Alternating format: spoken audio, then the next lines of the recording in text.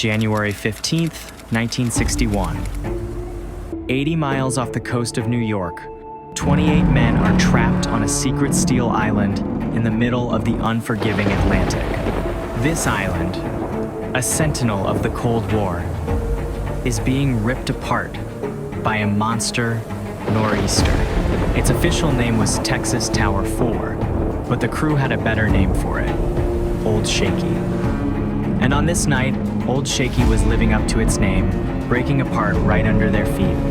Winds are screaming at 80 miles per hour, and 60-foot waves are crashing against the tower's legs, with each impact feeling like a death blow. Rescue is just over the horizon, but for hours, it's been denied. The men's orders are clear. Protect the tower's secrets, no matter what. They are expendable. The classified radar equipment they operate is not. For hours, they begged for an evacuation that was only approved when it was already too late. This is the story of the men sacrificed for Cold War secrets, the forgotten casualties of a war fought in the shadows. This is the story of why America let them drown.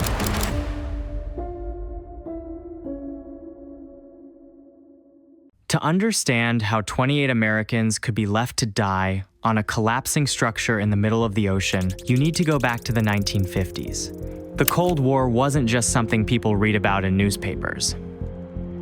It was real fear that Americans lived with every single day. The Soviet Union had the atomic bomb. Worse, they had long-range bombers that could deliver nuclear weapons to American cities. The biggest nightmare was a surprise attack. Soviet bombers could appear over the horizon with almost no warning and turn entire cities to ash.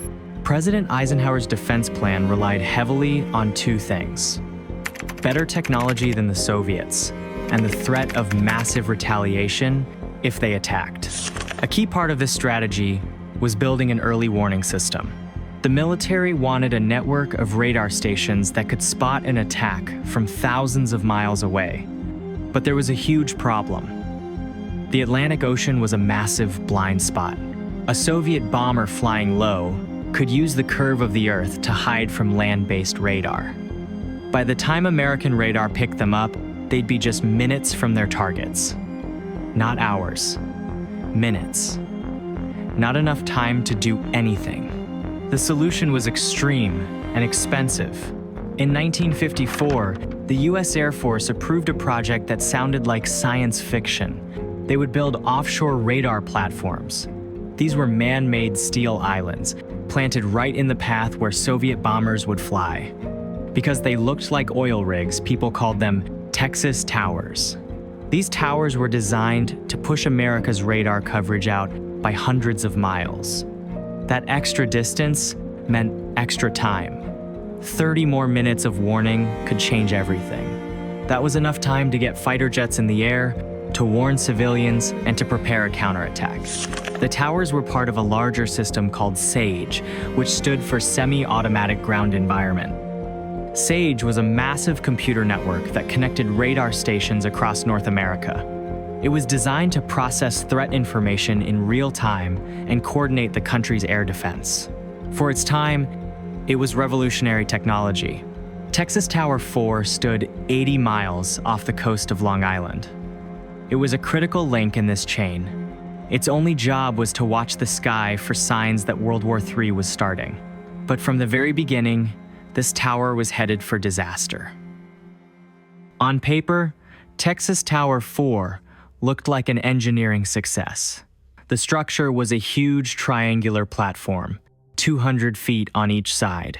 It held radar equipment and living quarters for the crew. This massive platform sat on top of 3 enormous steel legs that went down to the ocean floor. The water at this location was 185 feet deep.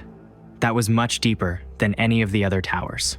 The technology of the time was being pushed to its limit, and in the rush of the Cold War, speed mattered more than safety. Making things worse was what sat at the bottom. The tower wasn't anchored to solid rock. It was sitting on sand, shifting, unstable sand. The other towers had their legs driven deep into the seabed. Tower 4's legs only went down 18 feet. The design also used special joints at the base that were supposed to let the tower flex with the ocean's movement. But those joints had a problem. They would loosen over time from constant stress. The trouble started before the tower was even working.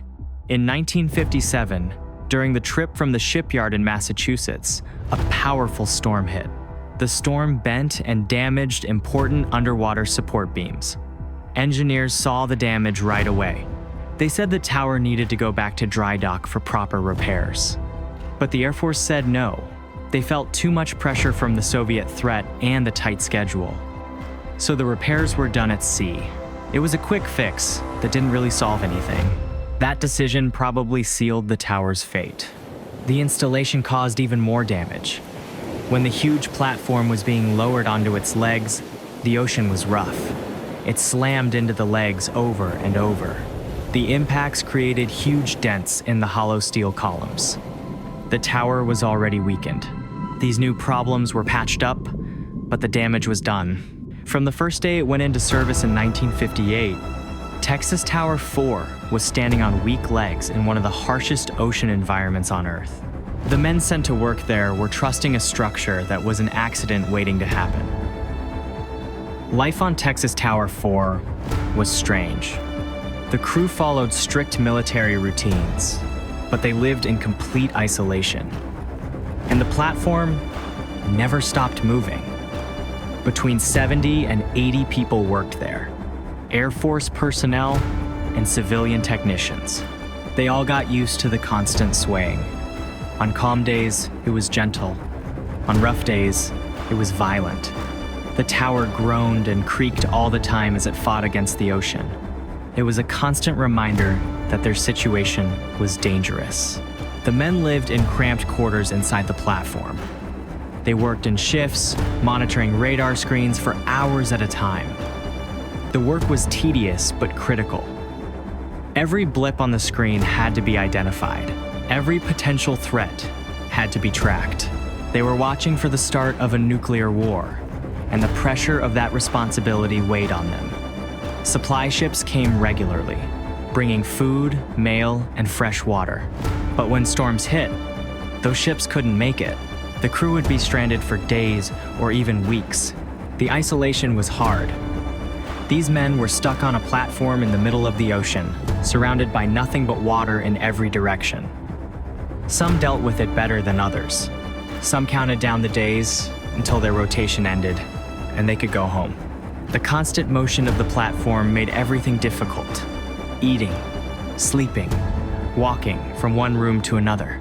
And as the tower got older and the damage got worse, that motion became more violent and unpredictable. The warning signs were obvious. In 1958, Hurricane Daisy came through. It loosened a 65-foot support beam underwater. The damage was written down in official records, but the tower kept operating. Then in September 1960, Hurricane Donna hit. This storm was devastating. It tore away critical parts of the structure. The tower's movements became wild and unpredictable. That's when the crew started calling it Old Shaky. Engineers started raising the alarm. Their reports got more urgent every week. Navy divers inspected the underwater structure. They found loose connections, metal fatigue, and serious structural problems. One chief engineer called it an emergency. Another report said the tower was unfit for service. The warnings were clear. They were documented. They were sent to the people in charge, and they were ignored. The tower was considered too important to shut down, even for the repairs it desperately needed. So they cut the crew down to just 28 men. That was the bare minimum needed to keep the radar equipment running. This is where the story changes from an engineering failure to something else. The reason the tower couldn't be shut down was floating just over the horizon. Soviet spy ships were out there. They were disguised as fishing boats, but they had antennas all over them. They stayed just outside US waters, watching the tower constantly. Their mission was clear: monitor the tower signals and, if they got the chance, steal the classified technology inside. The Pentagon's biggest fear was simple. If they evacuated the tower for repairs, Soviet agents might board it and steal military secrets. The SAGE system was highly classified. The radar technology was cutting edge. If the Soviets got their hands on it, they could learn how to avoid detection. They could find weaknesses in the entire defense network. In the Cold War, that was a risk the military wouldn't take. The decision came down from the top. The men would stay. The tower's commander was Captain Gordon Phelan. He was a career Air Force officer, a man who took his responsibility for his crew seriously. Starting in October 1960, he began fighting to save his men. He sent urgent requests for evacuation. He described how the tower was moving in terrifying ways. He reported new cracks appearing. He documented everything. His requests were denied every time. The men of Texas Tower 4 were trapped, not by the storm that was coming, but by the secrets they were protecting. Sunday, January 15th, 1961, started gray and threatening. A massive winter storm called a nor'easter was heading toward the Atlantic coast. For the 28 men on Old Shaky, the day became a nightmare in slow motion. That morning, the Navy supply ship left. It was their last connection to the mainland. At 7:30 in the morning, one crew member called his wife. She would later remember hearing metal banging against metal in the background of the call. He told her he loved her. She asked if everything was okay. He said they'd be fine. It was the last time she heard his voice. At 10:30 in the morning, a massive bang shook the entire structure. A critical underwater support beam had snapped. The tower immediately started shaking harder. The movements became violent and unpredictable. The men knew something was seriously wrong. Some of them had been through storms before, but this was different. The tower was acting like it was dying. By 1 in the afternoon, Captain Phelan was on the phone with his wife. His voice was tense. He told her the tower felt like it would never float. She asked him what he meant. He said he wasn't sure they were going to make it. An hour later, his worst fears were coming true. New cracks appeared in the main legs, high above the waves. The tower was literally tearing itself apart. The crew spread gravel on the helicopter landing pad, hoping it would help a rescue helicopter land. At the same time, an order came from shore. Dump all classified materials into the ocean. The message was clear. Save the secrets, not the men. Finally, at 4 in the afternoon, the Air Force gave permission to evacuate. But it didn't matter. The storm was too powerful. Winds were blowing at 80 miles per hour. No helicopters could fly. Waves were 60 feet high. No ships could get close. The Coast Guard tried. They got their vessels ready, but the conditions made it impossible. There was no way in and no way out. The 28 men were on their own. The final hours were terrible. At 6 in the evening, Captain Phelan called his wife one last time. Through the crackling phone line, she could hear men screaming and praying in the background. Some were crying, some were trying to stay calm. Phelan told his wife he loved her. He told her to take care of their children. He knew what was coming. At 6:45 in the evening, a final distress call came from the tower's radio. "We are breaking up. We are breaking up." The voice was desperate. Then, the radio went silent. On the radar screens on shore, the electronic signal from Texas Tower 4 was still showing up. Rescue ships were fighting through huge waves trying to reach it. The crews on those ships knew they were racing against time. But at about 7:20 in the evening, operators on shore watched the signal disappear from their screens. One moment it was there, the next moment it was gone. The tower's foundation had ripped away from 2 of its 3 legs. For one moment, it floated. Then the 3rd leg gave way.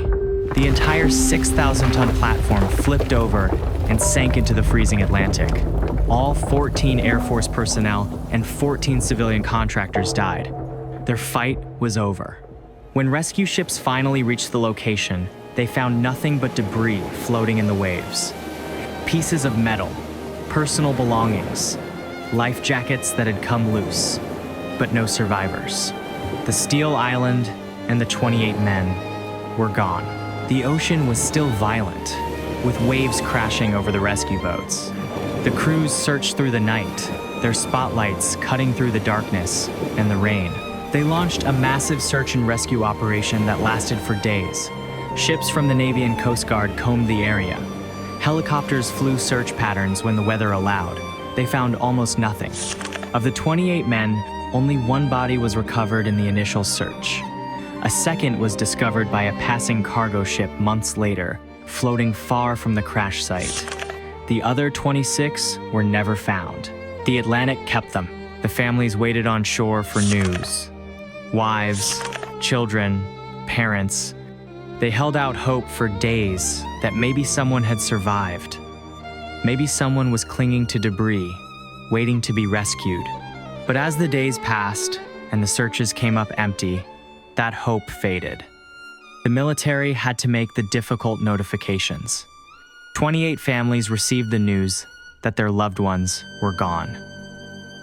The wreck was eventually located 185 feet below the surface. Navy divers were sent down to investigate. What they found was complete destruction. The tower had hit the ocean floor with tremendous force. It was twisted and mangled beyond recognition. Inside the control room, they found a clock. Its hands were frozen at 7:28 in the evening.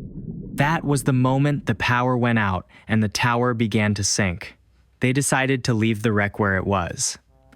It became both a monument and a tomb. In May 1961, a Senate committee launched a full investigation. The hearings went on for weeks. Engineers testified, military officers testified, witnesses described what they saw and what they knew. The hearings uncovered the whole story: the design flaws, the damage during construction, the rushed repairs, the urgent warnings that were ignored. The committee's final report blamed everyone involved. It was a failure at every level. In the end, they focused on one man. Colonel William Banks was the shore-based commander in charge of the tower. He was the one who had denied Captain Phelan's requests for evacuation. He was court-martialed for involuntary manslaughter and gross negligence. The prosecution argued that he had put the mission above the lives of his men. They said he should have listened to the warnings and evacuated the tower, regardless of the risk to classified technology. But the verdict shocked many people. He was found not guilty. The court decided the disaster was caused by the entire system failing, not one person's mistakes. The pressure came from higher up. The decision to keep the tower operational came from senior leadership. Banks was following orders and following the priorities that had been set for him. Many people were angry with this verdict, including Air Force Chief of Staff General Curtis LeMay. He believed commanders should be held responsible for their men. But in the end, no one was held accountable. The collapse of Texas Tower 4 shocked the U.S. military. The disaster showed how vulnerable America's defense system really was. In the wake of the tragedy, the remaining Texas towers were quickly reviewed. They were now seen as dangerous, not valuable. By 1964, the entire program was shut down. Tower 2 and Tower 3 were torn down and sold as scrap. The era of the fixed radar island was over. The Air Force shifted to other methods of early warning, including airborne radar planes that could fly patrol routes over the ocean. Today, the wreck of Texas Tower 4 still sits on the floor of the Atlantic. It's a silent memorial that no one can see. It stands for the 28 men who were told to guard America's secrets. They paid with their lives when their country failed to guard theirs. If you found this story compelling, consider subscribing for more deep dives into forgotten history. And while you're here, make sure to check out our recent video about one of the most incredible stories of World War II. It's about a chicken farmer from Spain who managed to fool Hitler and the entire Nazi intelligence system with nothing but imagination and determination. Click the video on your screen now to watch that incredible story. And please, share your thoughts and pay your respects to the men of Texas Tower 4 in the comments below. Thank you for watching.